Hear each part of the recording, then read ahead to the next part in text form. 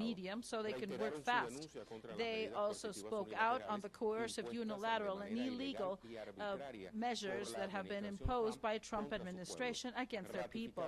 They also ratified that they will fight together against those cruel and inhumane sanctions that Washington Washington decides to maintain and even expand during trying times.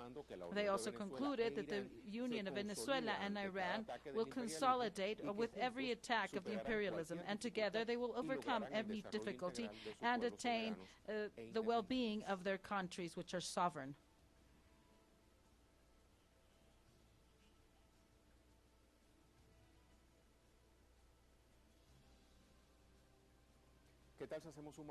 How about if we see the distribution in the world of the major oil reserves? The oil in the world, great reserves. The production and exportation of oil, as well as all of their byproducts, are a key element of the world's economy. This is why those who have this resource have a privileged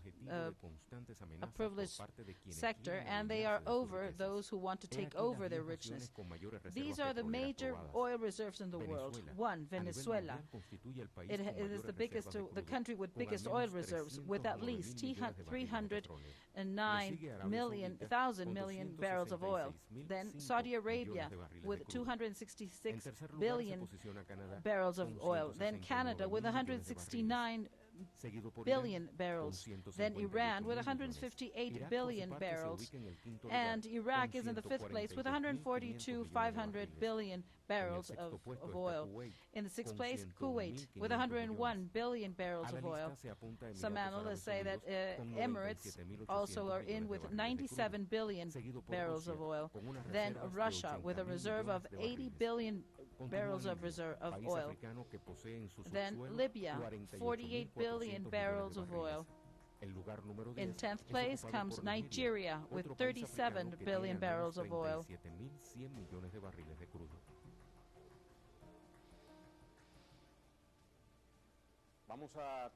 Let's go to put all of this in context and update it with a correspondent in Russia. She comes live with us. Thank you, colleague. Hi from Cairo, and for everybody who is now following Telesur. In fact, the oil market is going through a very high crisis due to the loss of the price of the oil barrel as a product of the COVID, which has made that 30% less demand.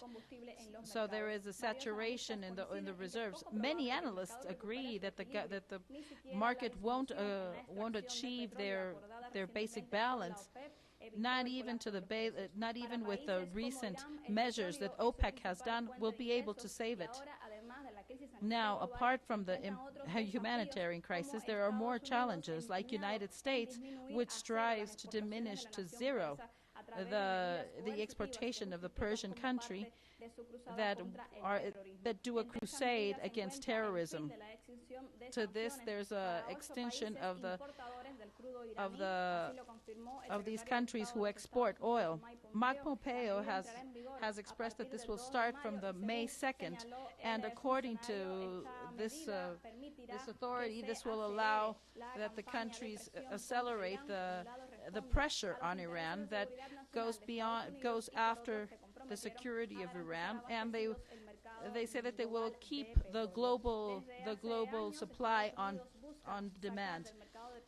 For some years, the United States has tried to push away the producer, being Iran a producer of oil, and Iran has said that they will not diminish their production as long as that there is still these sanctions, and they have also threatened by cutting the Strait of Hormuz.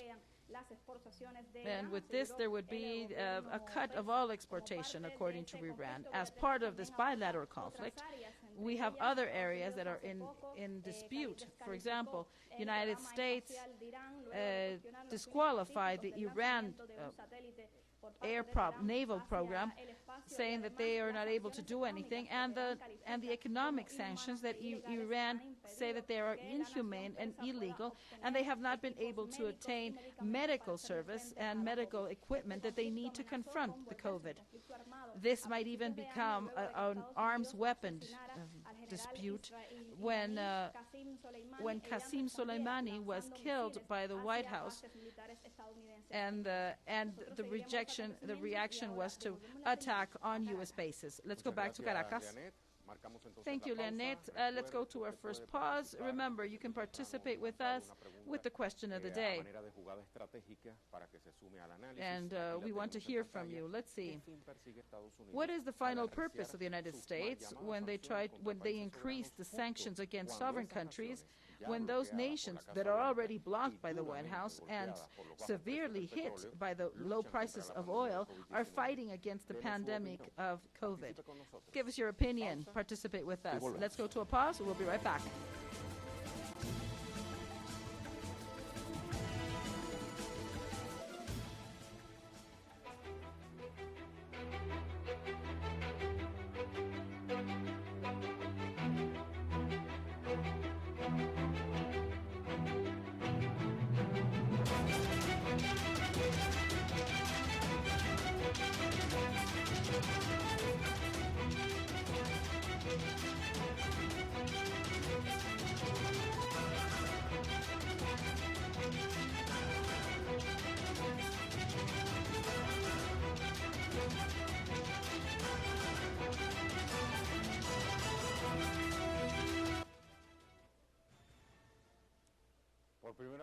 For the first time in history, on April 20th, a barrel of oil was valued in negative amounts, according to the Texas Intermediate, which was minus $37.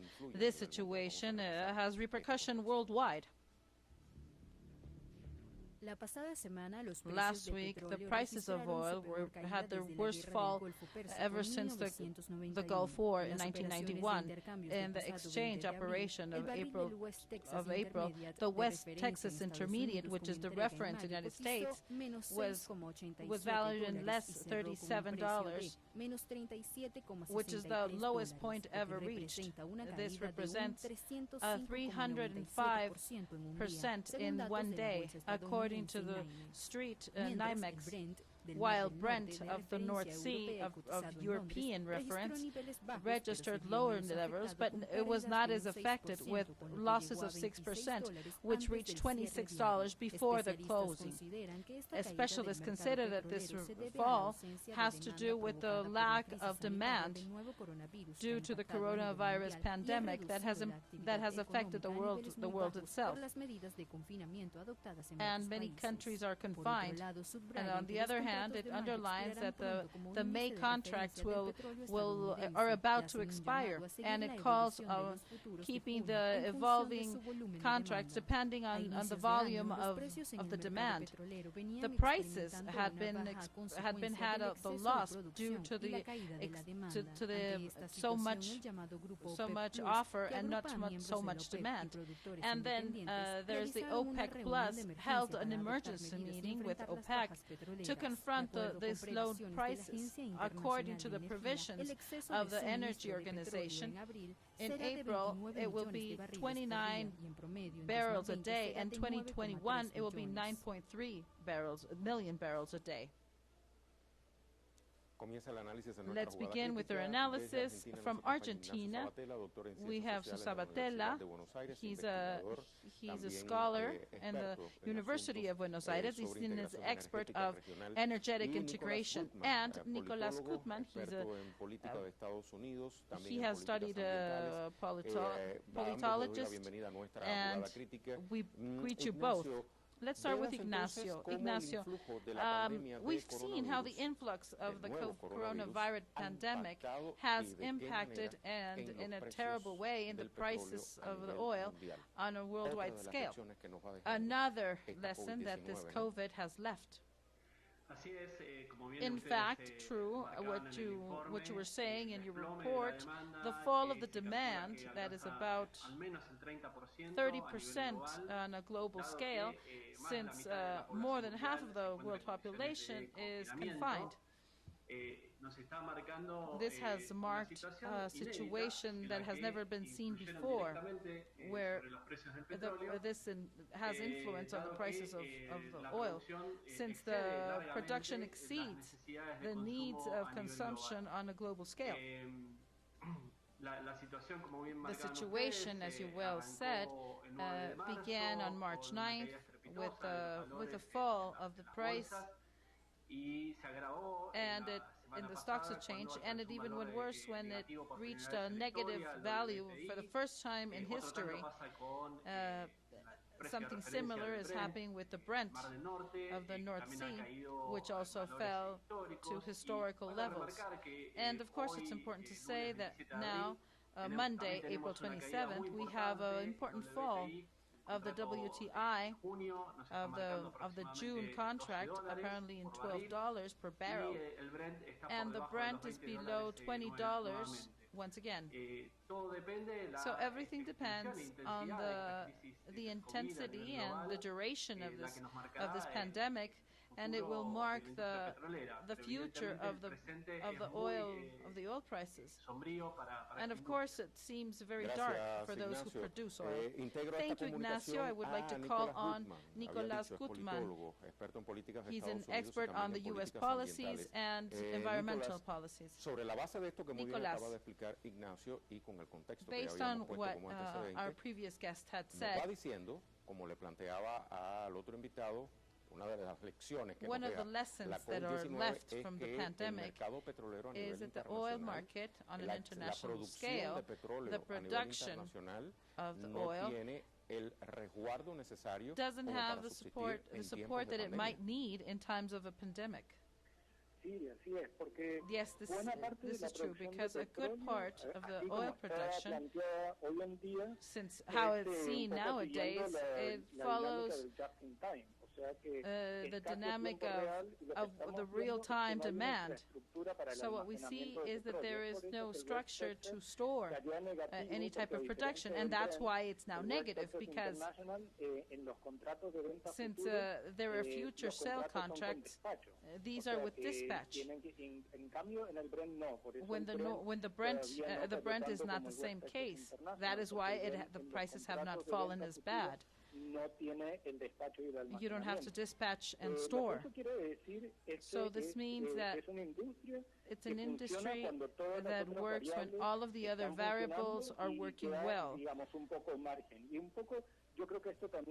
And I think this follows the model of health, because this is and you can see how it's a neoliberal measure, like in the health system.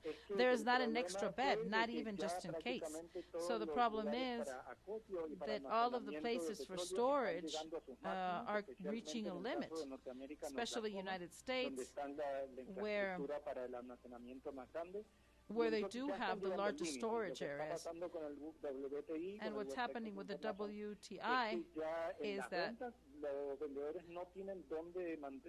the sellers don't have where to store the oil they've produced.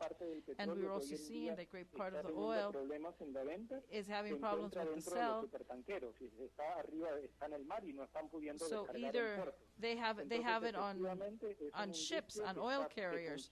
So it's an industry that works at the maximum level right now when all of the variables are okay. But when one of the variables falls, then the rest falls too. In this case, the demand fell, and the storage capacity isn't that big. And it's very expensive to stop the machinery. Especially what's happening in the United States nowadays.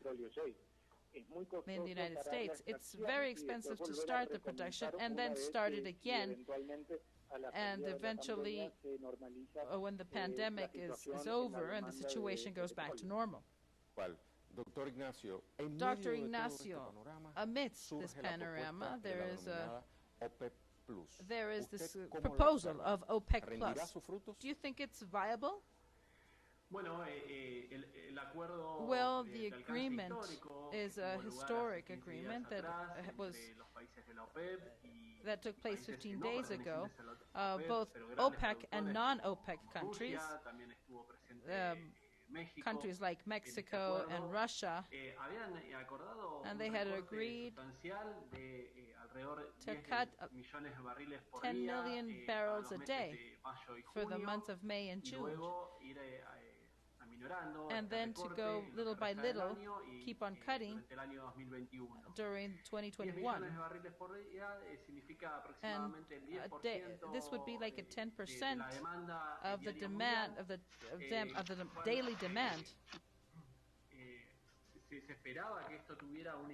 And of course, it was expected that this would have a positive effect. However, last week we have seen that it was not enough.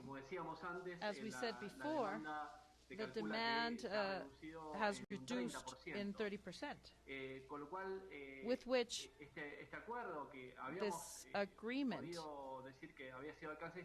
that had been historic is not giving any results.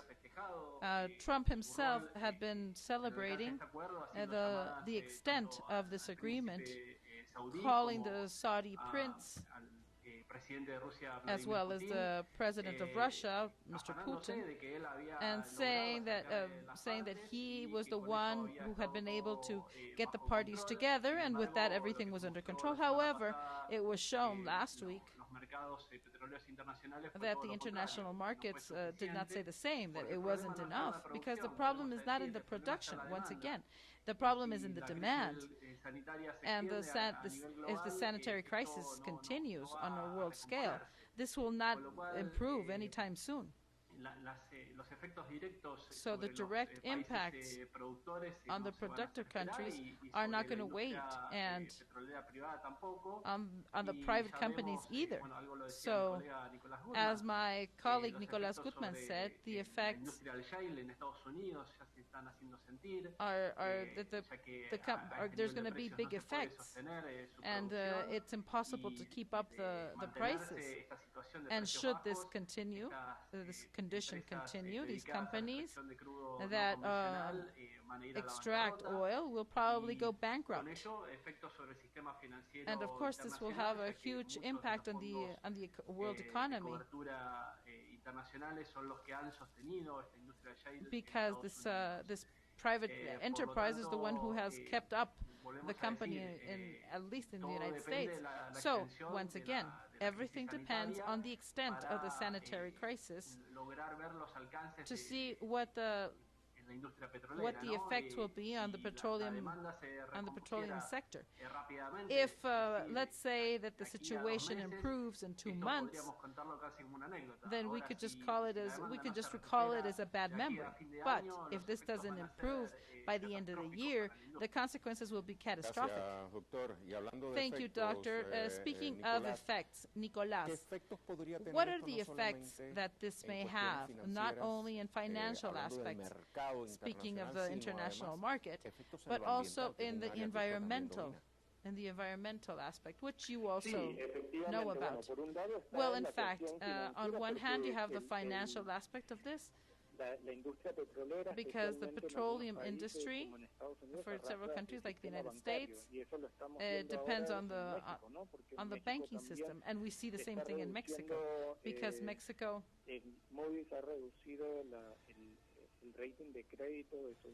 is reducing the rate of its credit because it has too many loans. In the environmental field, what we're seeing is that the fall in the demand is having a huge effect on the world contamination. I think that it shows what are the implications on the fossil fuels in the health, in the environmental health. So I think that part of what we're seeing in this situation that is very extreme and unique that we are faced with, I think we have to look forward to seeing other type of dynamics and see how this really does contaminate. And it's important to see how we have a productive matrix and a movement based only on fossil fuels. So I think this also implies that we should be in a transition phase, of the energetic matrix, and we should go to a transition and understand the relation we have in the use of the fuels. And I guess from now on, maybe the use of fuels should be much more expensive. And basically, depending on the activity you have, and trying to migrate to other energetic options that are more sustainable. I think this is what Gutierrez in United Nations is also saying in different aspects of United Nations and other organisms. And I think that in fact it will, the dependency on oil will probably start to reduce, and see that there are that we have to see exactly on what we are using our fossil fuels. This basically in the fracking industry, which is the worst, the most contaminating one.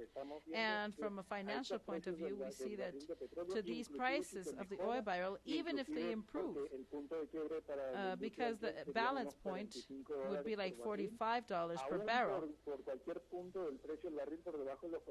So anything under $45, we're going to see how the American economy is going to go down the drain.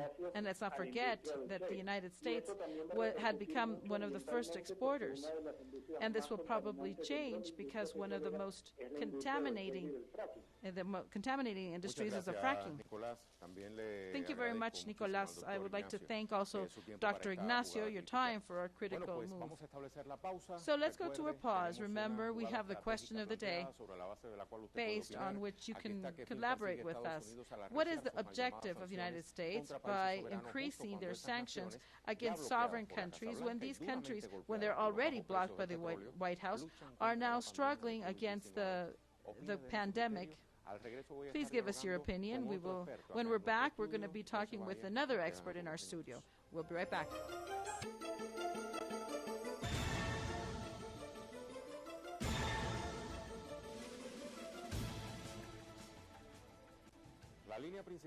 The main line of action of the United States to combat what they consider the enemies is what they've used is the pretext of fighting against terrorism and drug fare.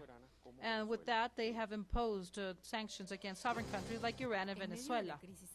In the midst of the global pandemic caused by COVID-19, the United States continues to siege countries such as Venezuela and Iran with coercive actions that impede their governments to have access to medicine and food and essential supplies to combat this pandemic. They have imposed new sanctions against Iran that affect directly the health of the people. Tehran has denounced that these sanctions have made it difficult to buy medicine and other supplies because the control of foreign exchange, or FAC for the acronym, controls all of the transactions. Nevertheless, the government of Rouhani has used all of everything he has at his disposal to combat the pandemic. They have over 5,800 deaths. In the case of the Bolivarian Republic of Venezuela, the coercive measures are increasing in the midst of this sanitary emergency. President Maduro has said that there are no proof with their ties of drug trafficking. Regardless of the blockade, Venezuela has registered less than 300 infections and the lowest number of deaths in the region. Jorge Arreaza, the foreign minister, has said the government of Donald Trump does not accept that using their own model, the government of Nicolás Maduro is able to handle the threats of the COVID-19. And in confronting with the disastrous actions of the United States government. And amidst this scenery, high officials of United Nations have said that the constant imposing measures on countries like Syria, Iran, Cuba, Venezuela will hinder the right of the citizens to have a proper food nutrition. Nevertheless, the United States does not listen to any of the international community condemn. As I said before our pause, we're going to have the pleasure of talking with another expert. We have Mr. Bassem Tajaldine. It's always a pleasure to have you here. Bassem, we are talking about this terrible loss of price. And according to my previous guest, this was foreseen because the market doesn't have a firm structure on which to lay back when a pandemic or any other event happens. Well, just like your previous guests have said, this is affected in every way by the pandemic. This is a worldwide crisis. This has impacted on the oil market because there are no longer commercial air flights. In many countries of the world, I think the majority, the effects of the quarantine, the lack of mobilization, this has impacted a lot on the need of fuel. So the lack of demand has made that the offer are now there, not moving at all. So the fact of having negative numbers, it's because they couldn't even put it in storage spaces because they were full. So there was a lot of production, like in the case of Russia, that goes over 10 billion, as well as Saudi Arabia, countries like Iraq, even Iran, that is affected by the sanctions. They had their markets available there, but everything fell. All of the world demands are full, they're collapsed. And in the midst of all of this, now to see our analysis, we see how nations such as Venezuela, Iran, whose economies depend, and to a great extent, on the oil markets, are suffering a second blockade, because the first one they have already going on, which is the sanctions imposed by the United States. And now we have the second that is imposed by the COVID pandemic that make the prices of the oil fall. So how can you understand that the United States is taking advantage of this right now?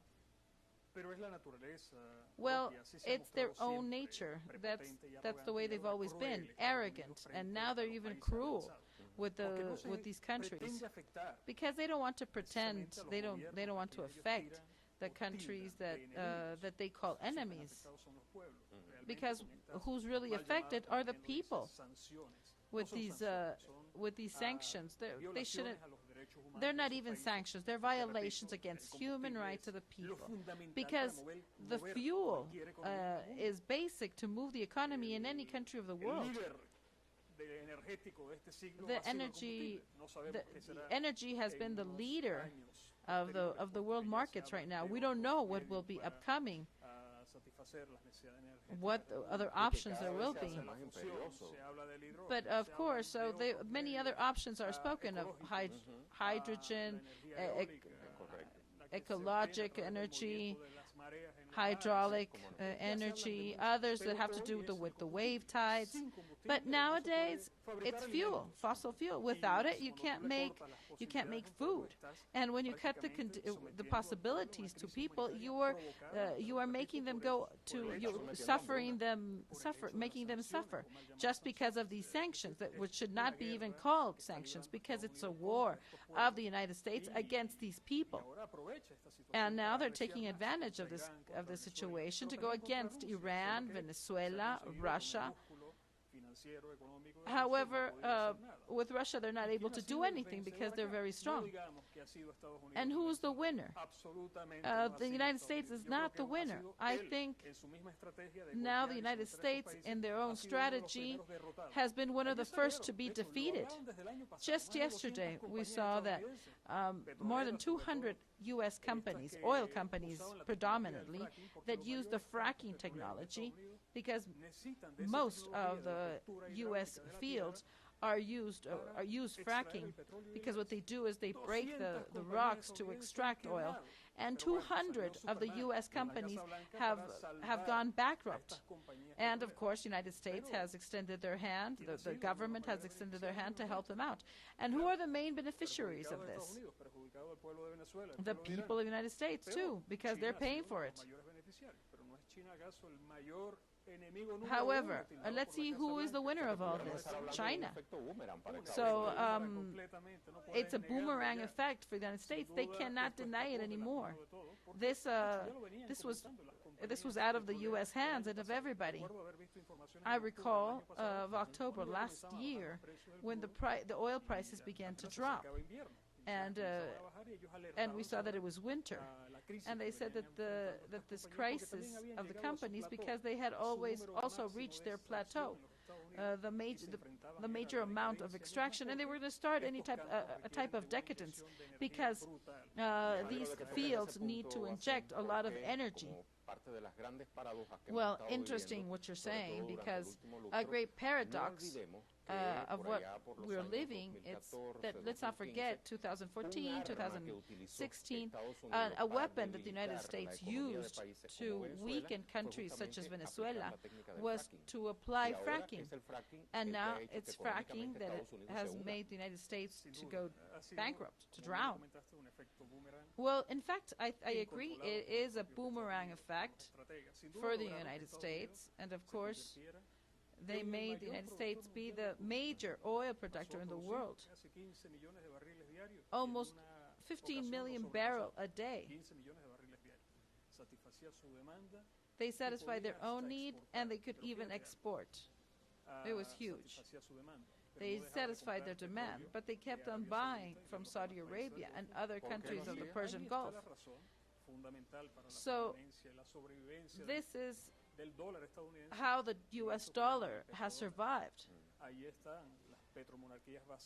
These are the petro-monarchies of, for example, Saudi Arabia, where they are obligated, ever since the 70s, they have to sell their oil. And this is because they need the currency.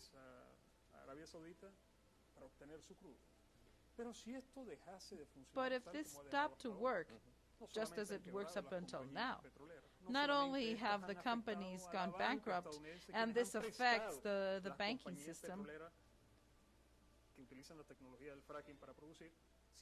but also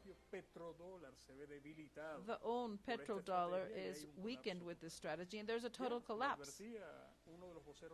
One of the spokespersons of the United States already spoke about it, and they are saying that they're going into a recession that goes beyond the one they saw in the 30s, which was the Great Depression and led to the Second World War.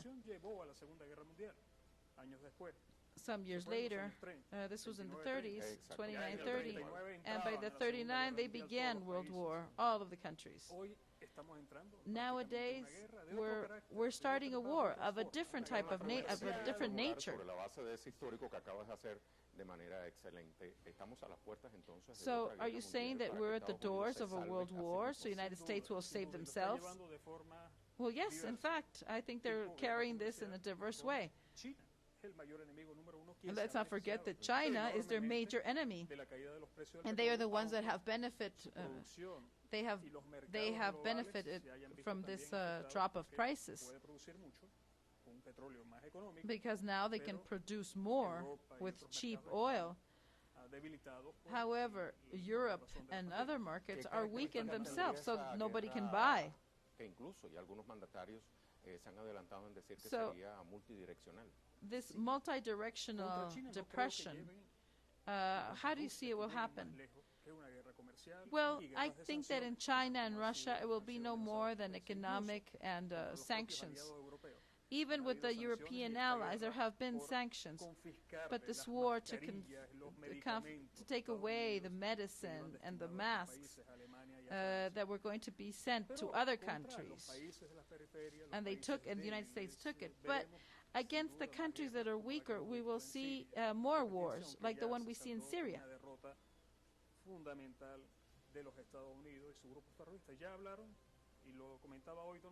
Today, Donald Trump spoke of the total withdrawal of the Afghanistan army, because they said that they're being infected by the coronavirus. And it's not like that. It's because they're being defeated. So, of course, they have the perfect pretext to walk away. So, yes, now they're going to use this pretext to withdraw. But of course, there's a threat. I don't think they'll go beyond with Iran, because Iran is not a weak country. They have non-conventional weapons to damage all of the interests of the United States. And of course, they can lose it all. Iran already showed this, because in this terrorist act, when Soleimani was killed, Iran bombarded a U.S. military point, and which they had to accept that there were many dead people there, and many injured too.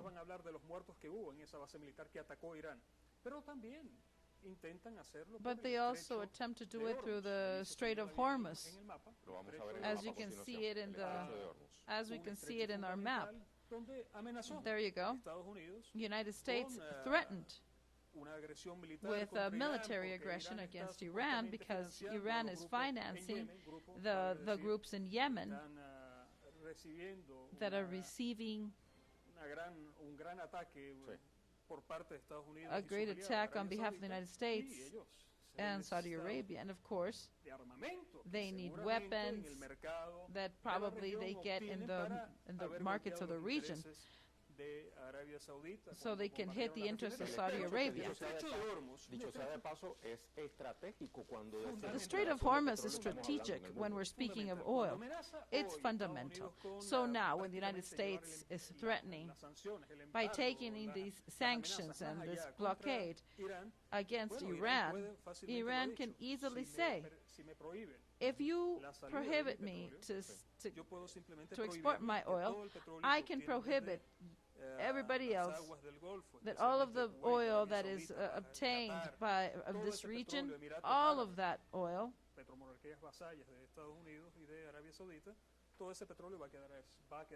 will be left there, and there will be a huge impact in the world commerce. This may even benefit the United States, because this would make that the oil prices go up out the roof.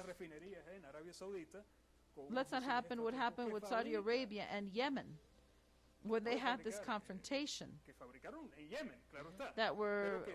Yemen was the one who brought down, who were the ones who began to attack.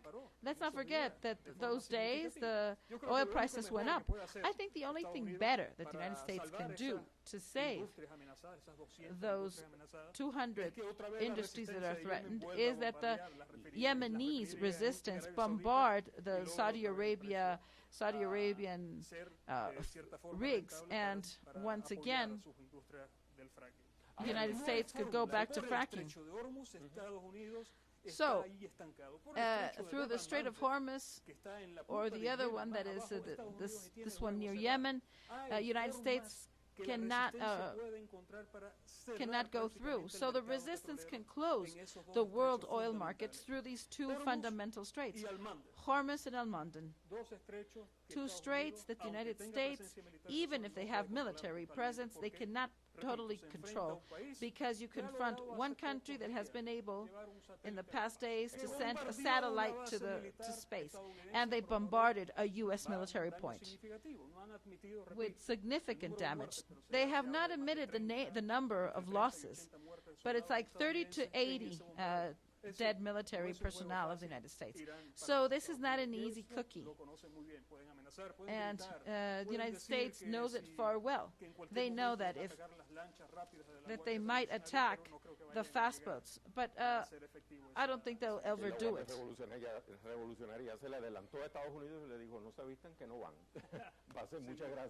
Bassem, thank you very much for your analysis. Let's go to our conclusions.